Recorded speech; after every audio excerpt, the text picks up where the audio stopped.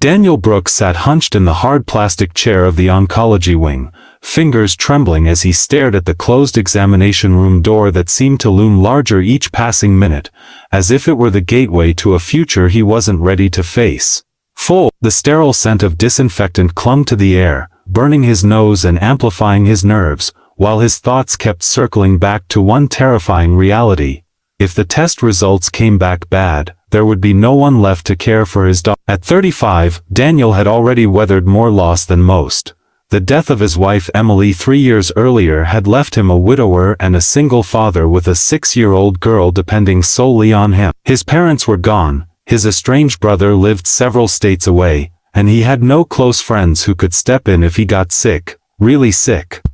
His hand shook so badly that his phone slipped from his grasp and clattered onto the linoleum floor, bouncing once before sliding away. He reached down, but before he could pick it up, a woman's hand appeared, elegant fingers lifting the device with quiet efficiency. Daniel looked up, surprised he hadn't even noticed her sitting 3 seats away. She returned his phone without a word, her eyes flicking briefly to the photo on the lock screen, Lily grinning with her stuffed bear, and something in her expression shifted, just for a heartbeat, a flicker of longing or regret before her polished composure returned. She wore a tailored coat that screamed wealth, her posture straight and controlled, her presence radiating the kind of quiet power that made people move out of the way without being asked. Daniel muttered a nervous thank you, but the woman didn't respond. She sat motionless, hands clasped tightly in her lap, her knuckles white.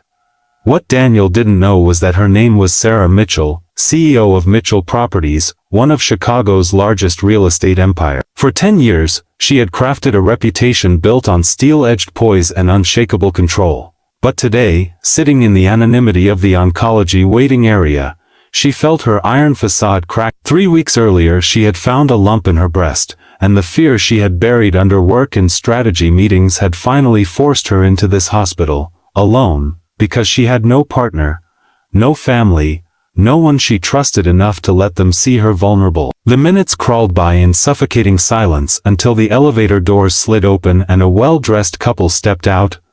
Patricia Henderson, a senior board member with a smile like a polished blade, and her smug husband trailing behind. Patricia scanned the waiting room like a hawk until her gaze landed on Sarah, and instantly her expression sharpened into predatory delight. With her company's biggest merger weeks from closing, Patricia had been looking for any hint of weakness to use against Sarah, especially the fact that she was unmarried, isolated, and rumored to be burning out. Strolling toward her with false concern dripping from her voice, Patricia asked why Sarah was here all alone, then, twisting the knife further, asked where her husband was, loud enough for half the waiting room to hear. Sarah felt her pulse spike, panic clawing at the edges of her carefully built composure.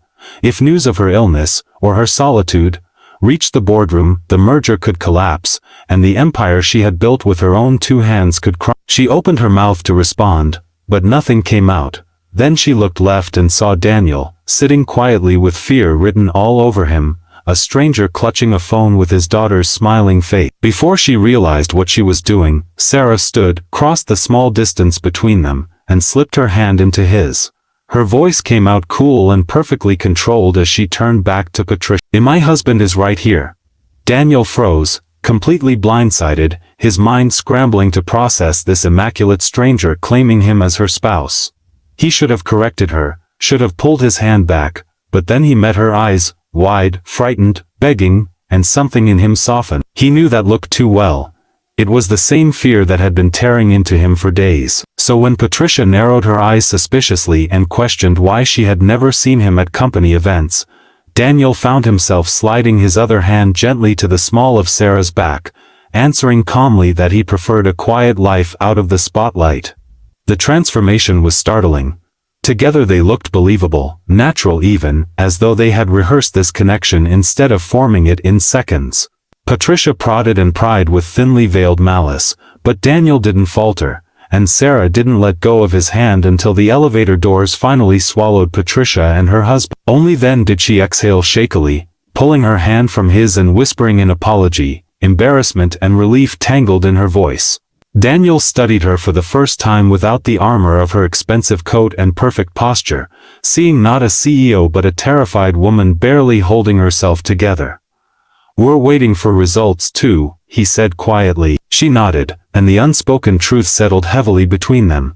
Two strangers, both facing the same terrifying unknown, tied together by a single desperate lie neither of them had planned to tell. When Sarah's name was finally called, she paused in front of the examination room door, hand trembling on the handle as if crossing that threshold would make everything irrevocably real. And before she could second-guess herself, she felt a gentle touch on her arm.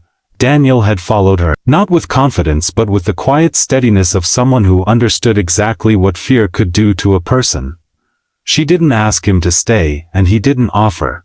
They simply walked in together as though continuing a lie they had both silently agreed to carry for a little while longer. The doctor entered with a clipboard and clinical calmness, greeting a Mr. and Mrs. Brooksa without hesitation, and Sarah's heart jolted, the false name echoing with both safety and danger. As the doctor reviewed her scans, explaining the areas of concern, the potential biopsy, the treatment paths depending on results, Sarah nodded mechanically, fighting the rising weight pressing against her chest. She had sat in boardrooms negotiating billion-dollar deals, faced hostile takeovers, outmaneuvered rivals who had sworn they would crush her, yet none of those battles had ever made her feel as powerless as sitting under the harsh hospital lights while a stranger politely explained how her life for Momodur might change forever. Daniel listened intently, absorbing each piece of information as if it were his own diagnosis, occasionally glancing at her to make sure she hadn't drifted into shock.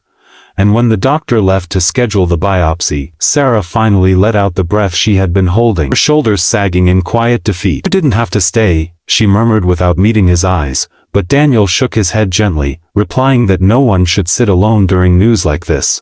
Something inside her chest twisted at the sincerity in his voice, a sensation unfamiliar and unexpectedly soft.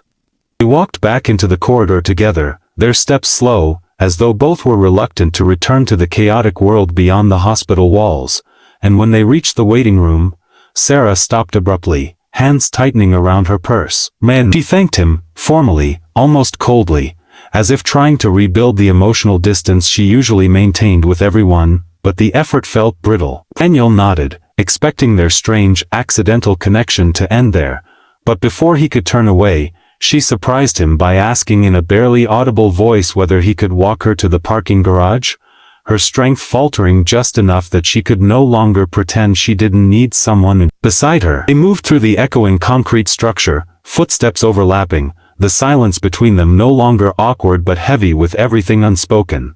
Her fear of losing control, his fear of losing time with his daughter, the merging of two separate storms, neither knew how to weather alone. When they reached her car, she hesitated again, her composure cracking at the edges, and confessed that Patricia's appearance earlier had been more dangerous than he realized.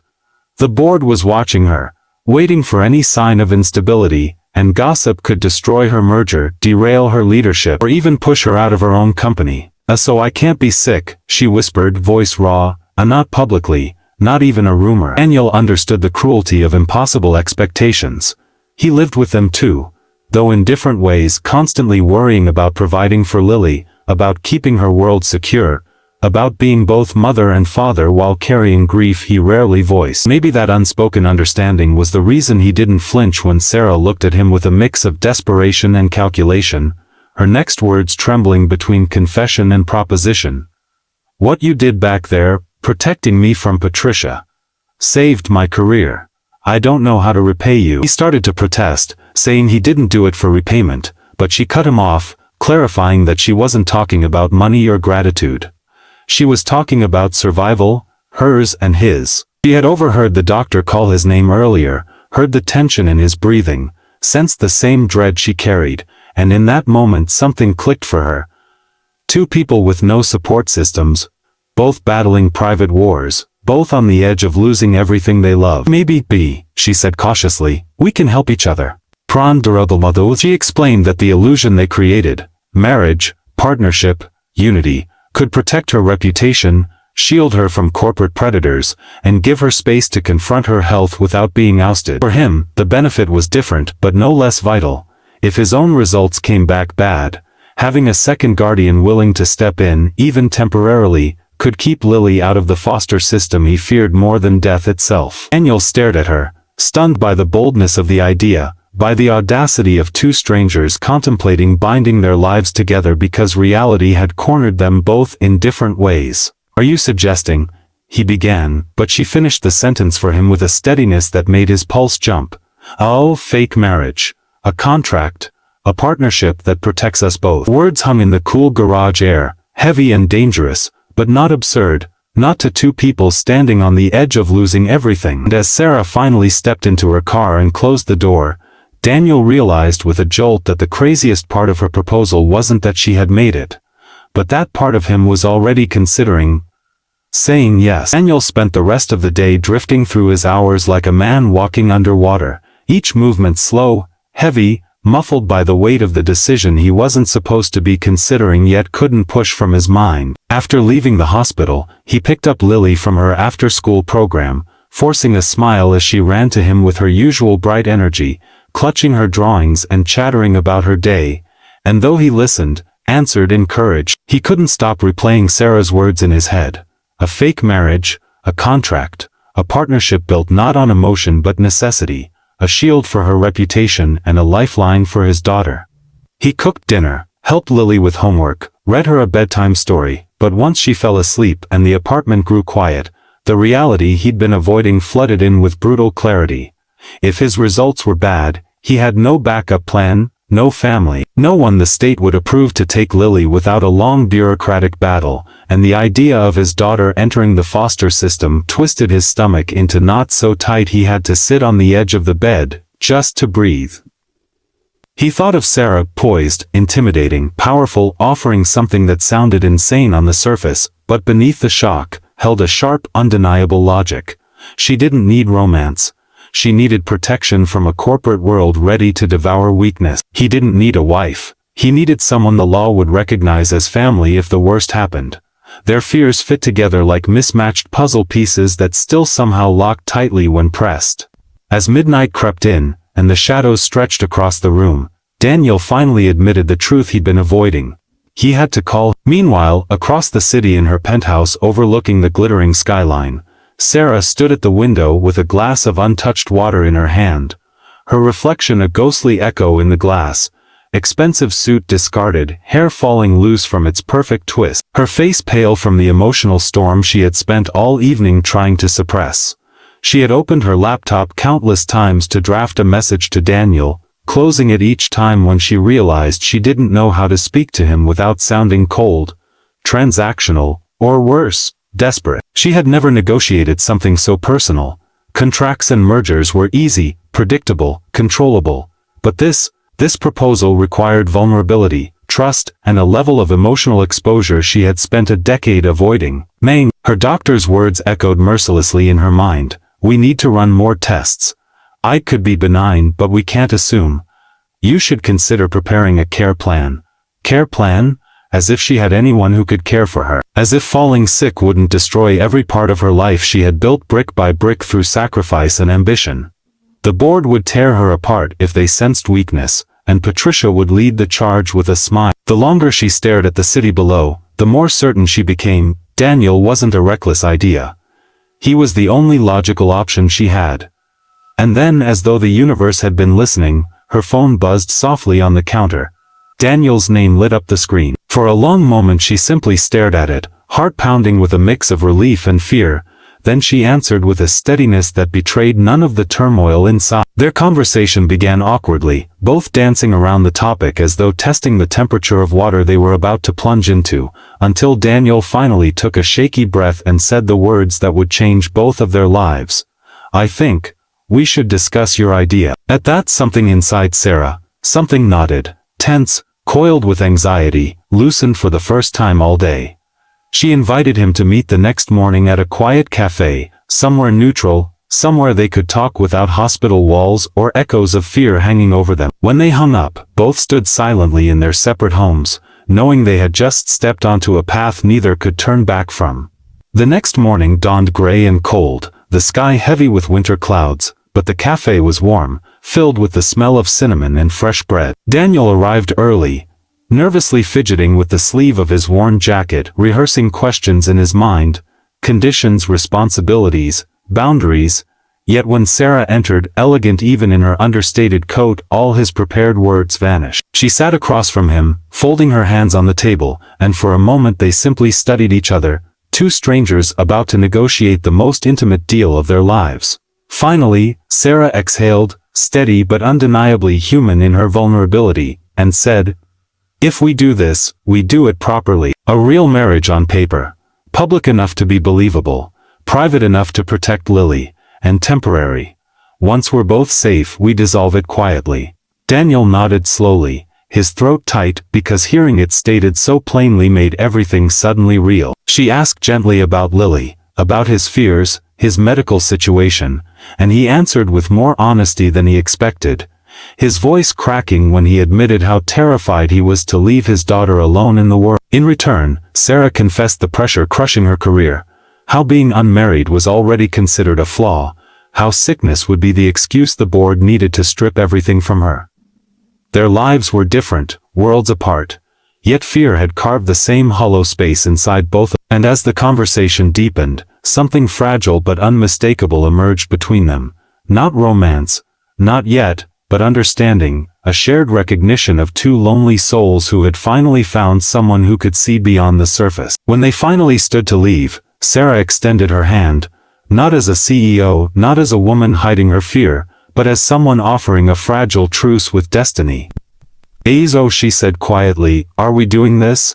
Daniel took her hand, feeling the weight of the future settling around them. Yes, and with that single word, their lives, separate until yesterday, became undeniably entangled. The following week unfolded like a surreal blend of business negotiation and emotional tightrope walking, as Daniel and Sarah began the process of transforming their fragile agreement into a legal, believable union, one built not on affection or romance but on necessity, mutual fear, and an unspoken understanding that both of them were clinging to this arrangement like a lifeline.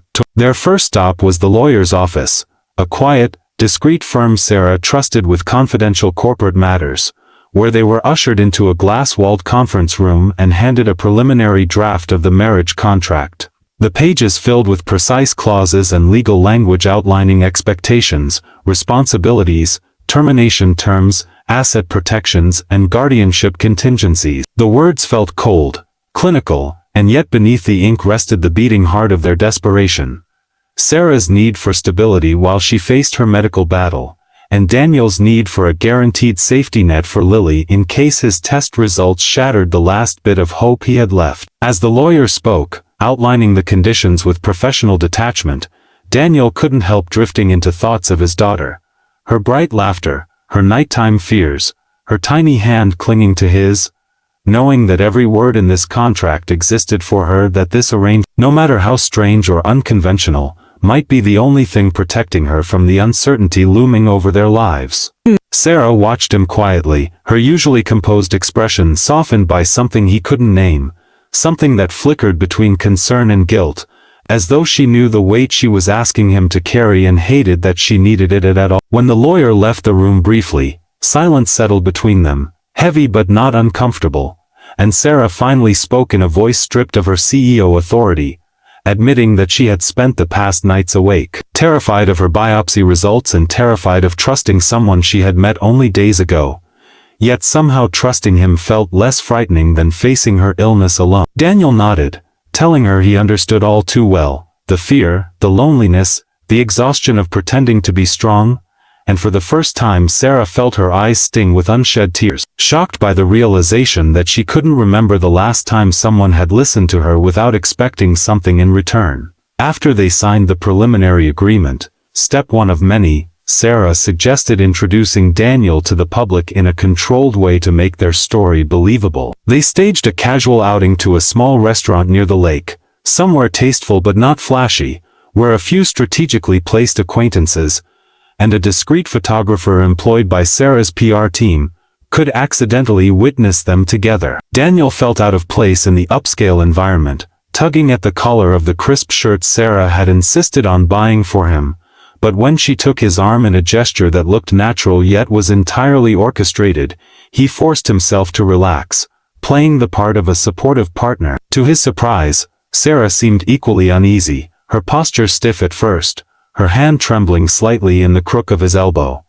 For someone who could dominate a conference room full of executives without flinching, she looked unexpectedly vulnerable in this charade of intimacy. As they settled into their table, she leaned toward him, whispering instructions, touch her hand occasionally, smile at her, look at her as though they shared history, and Daniel, though awkward, followed her cues with genuine effort. And yet, somewhere between the nervous smiles and staged interactions, something shifted. The conversation stopped feeling rehearsed, the laughter stopped feeling forced, and for a moment Daniel forgot they were performing. Sarah asked about Lily, about his late wife, about the years he had spent balancing work and fatherhood, and Daniel, in turn, asked about her childhood, her rise to CEO, the price of ambition, and she surprised him with honesty instead of guarded responses, telling him about the loneliness of success, the pressure to be perfect, the fear of letting anyone close enough to see the cracks beneath her armor. When the car photographer slipped out, satisfied with the staged photos, Sarah and Daniel continued talking long after the performance ended, the candle flickering between them casting warm light over a connection neither had expected to form. By the time they left the restaurant, wind whipping around them as snow began to drift from the gray sky, Sarah hesitated at her car, staring at Daniel with an expression he couldn't decipher. "This should feel wrong," she whispered, almost to herself, "but it doesn't." Daniel swallowed hard, feeling the same dangerous truth tugging at him, but before he could respond, Sarah's phone buzzed violently in her hand, flashing the hospital's number across the screen. Her breath hitched, color draining from her face, and without thinking, Daniel stepped closer, steadying her with a hand on her shoulder. She answered with a trembling hello, the world around her narrowing to the sound of her doctor's voice on the other end, and Daniel watched the fear ripple through her as she listened, her jaw tightening, her fingers gripping the phone so tightly he feared it might crack. When the call ended, she didn't speak. She simply lowered the phone slowly, eyes unfocused, legs Daniel reached for her, heart pounding, and asked in a low voice, "Azara, what did they say?" She looked up at him, her expression shattered in a way he had never seen, not composed, not poised but fragile, terrified, human, and whispered, "They found something, I need surgery." And just like that, the illusion of control she had fought so hard to maintain collapsed, and Daniel instinctively pulled her into his arms as snow fell around them, holding her as though the ground beneath them might give way. The days that followed moved with a strange combination of urgency and stillness, as though time itself couldn't decide whether to race ahead or slow down while Sarah's scheduled surgery loomed closer, tightening around both their lives, like a closing fist. Daniel found himself increasingly woven into her world, phone calls late at night when fear wouldn't let her sleep, meetings with her assistant where he was introduced as a Mr. Brooks, quiet car rides to and from pre-surgery appointments where Sarah stared out the window with a distant helplessness that terrified him more than anything she said aloud. In return, she began slipping into his world too, visiting Daniel's modest apartment with its second-hand furniture, its walls decorated with Lily's crayon masterpieces, its warmth and clutter so unlike the sleek, silent coldness of her penthouse. Lily adored her instantly, tugging at her hand, showing her toys, asking innocent questions about whether she liked cartoons or candy or dogs, and Sarah, who had never known how to speak to children, found herself kneeling on the carpet, letting a 6-year-old clip sparkly plastic barrettes into her hair, while Daniel watched from the doorway, stunned to see the impossible softness unfolding in front of him. And yet beneath every quiet moment, every hesitant smile, every shared breath, the truth pulsed relentlessly. They were building something out of necessity, weaving connection from survival, and neither of them could afford to forget the fragile foundation on which it all rested. On the morning of her surgery, the hospital lights felt harsher than before, slicing through the antiseptic air as Sarah checked in, her hands cold despite the heated lobby. Daniel stayed by her side, holding her coat, her paperwork, her trembling fingers, refusing to let go even when nurses approached with polite instruction. She tried to maintain her usual poise, chin lifted, shoulders straight, but when she was handed the surgical consent forms, something inside her wavered, the illusion of control cracking under the weight of reality, and she turned to Daniel so suddenly that he barely had time to react before her voice broke into a whisper asking him not to leave. He squeezed her hand gently, promising he wouldn't go anywhere, and for the first time since they'd met, she leaned fully into him, resting her forehead against his chest as though anchoring herself to something solid, something safe. When the surgical team finally arrived to take her back, she hesitated, eyes locked on his as though memorizing him, and Daniel felt something in his chest twist painfully when she managed a small, frightened smile before disappearing behind the double doors. The moment she was gone, the waiting room swallowed him whole, its silence, its sterility, its dread, and he sat in the same hard chair she had taken refuge in just weeks ago, realizing with a strange jolt how quickly she had become intertwined with his thoughts, how deeply her fear had carved into his own. Hours passed with agonizing slowness, each minute stretching long enough to feel unbearable, until finally the surgeon emerged with calm professionalism, explaining that the operation had gone as expected, that they had removed the mass successfully, that they would need to wait for pathology results, but that she had come through the procedure well. Relief hit Daniel with such force that his vision blurred, and he had to grip the arm of the chair to steady himself before thanking the doctor and hurrying to the recovery room. When he entered, Sarah looked impossibly small beneath the hospital blankets, her face pale, her hair pushed back, her body weakened by anesthesia, yet when her eyes fluttered open and found him standing beside her, something like peace softened her expression. "You stayed," she whispered, her voice hoarse. Daniel nodded, brushing a strand of hair behind her ear without thinking. "I told you I would." The vulnerability in her half-sedated gaze hit him with unexpected intensity, and she reached for his hand weakly, holding it with surprising strength for someone barely awake. Over the next several days, he remained at her side, helping her sit up, adjusting her pillows, walking slowly with her down hospital corridors as she regained her strength, while she allowed him into a part of her life no one else had ever seen. The fragile, frightened version of herself she'd hidden behind boardroom confidence for years. When she was finally discharged and he brought her home to her penthouse, the space felt different. Less like an intimidating monument to her success and more like a lonely fortress that had finally opened its gates. He helped her settle on the sofa, made her tea, arranged her medications, and as she watched him move around her apartment with quiet familiarity, she suddenly asked in a soft voice trembling with unspoken emotion, "Why are you being so kind to me?" Daniel paused, turning toward her, and the truth slipped out before he could censor it. Because someone should be." The word struck her so deeply that she couldn't respond for several seconds, her throat tightening as she realized that kindness, simple, gentle, unconditional, was something she had spent most of her life living without. Over the next week as she healed, they found themselves navigating a strange new rhythm, shared meals, late-night conversations, moments of silence that felt warm instead of empty, and somewhere within the fragile boundaries of their fake arrangement, something real began to grow.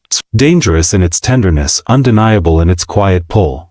One evening, as Daniel tucked a blanket around her and Lily laughed from the next room, Sarah looked at him with an expression he had never seen before, soft, unsure, hopeful, and whispered, "Maybe this doesn't have to be temporary." Daniel froze, breath caught in his chest as he met her gaze, knowing that her words carried a weight far heavier than any contract they had signed. And in the stillness that followed, with the city lights flickering against the windows and the sound of Lily's laughter wrapping around them like a promise, neither of them could deny that their story, born from fear, built on necessity, was no longer just an arrangement. It was becoming something else entirely, something neither of them had expected, a future.